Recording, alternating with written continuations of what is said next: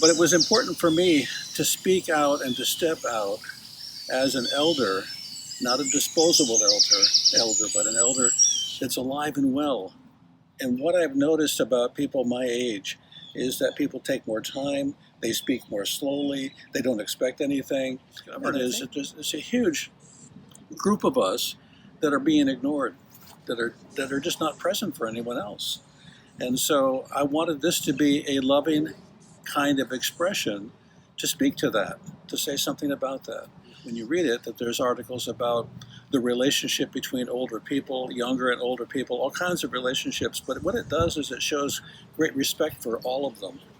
And what I think is happening now is there's an awful lot of loss of that respect. This book is really, it's a recognition of the relationship between us and each other and our relationship with humanity and with love and kindness. And I don't see a lot of that. I see less of that. The other piece of that for me is that there's a lot of books out right now, a lot of books. Most of them are political books. Most of them are somebody's against somebody else. And that really is fine because there's an awful lot of people we need to understand and know more about. At the same time, I think there's room for a book that speaks to the heart and to the soul, that is encouraging, that is loving and kind. And so I call it my little book with a big heart. And it is.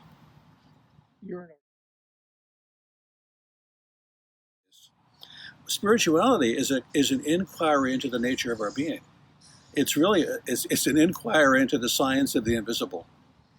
And so much of science is really now approaching the same thing. When we talk about quantum physics, we've really now had spirituality and quantum physics talking about the same thing, the absolute reality of the invisible, which is really wonderful. It's a wonderful conversation to have. So Murphy, the dog, can have that conversation. He can wonder about anything that's invisible because he lives in an invisible world. Well, Murphy started writing poetry when he was around 7 years old. And his mom was very kind and did a lot of spelling correction.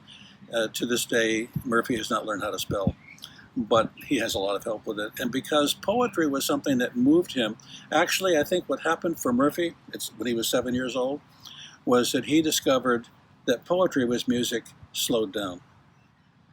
And he found the rhythm of music. He found the heart of music. He found it in poetry. And so I think if we want to be uplifted, the most powerful way to be uplifted is to listen to a song.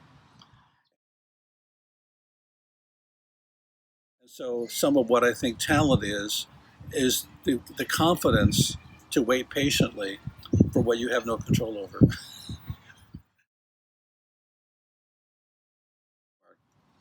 The other thing I discovered while writing, which is just a fun aside, is that if I were to deliver a very powerful, meaningful, spiritual message from the pulpit, people would say, well, yeah, Bob does that, he's a minister. But if I had my dog or a homeless man deliver the same message, everyone said, no, that was incredible. That was amazing. And so what I've discovered is, don't try to be the man who delivers the good. Just try to be the person available for the good to come through. And don't have to have your signature on your good. And it goes a lot further than when you have to sign off on it.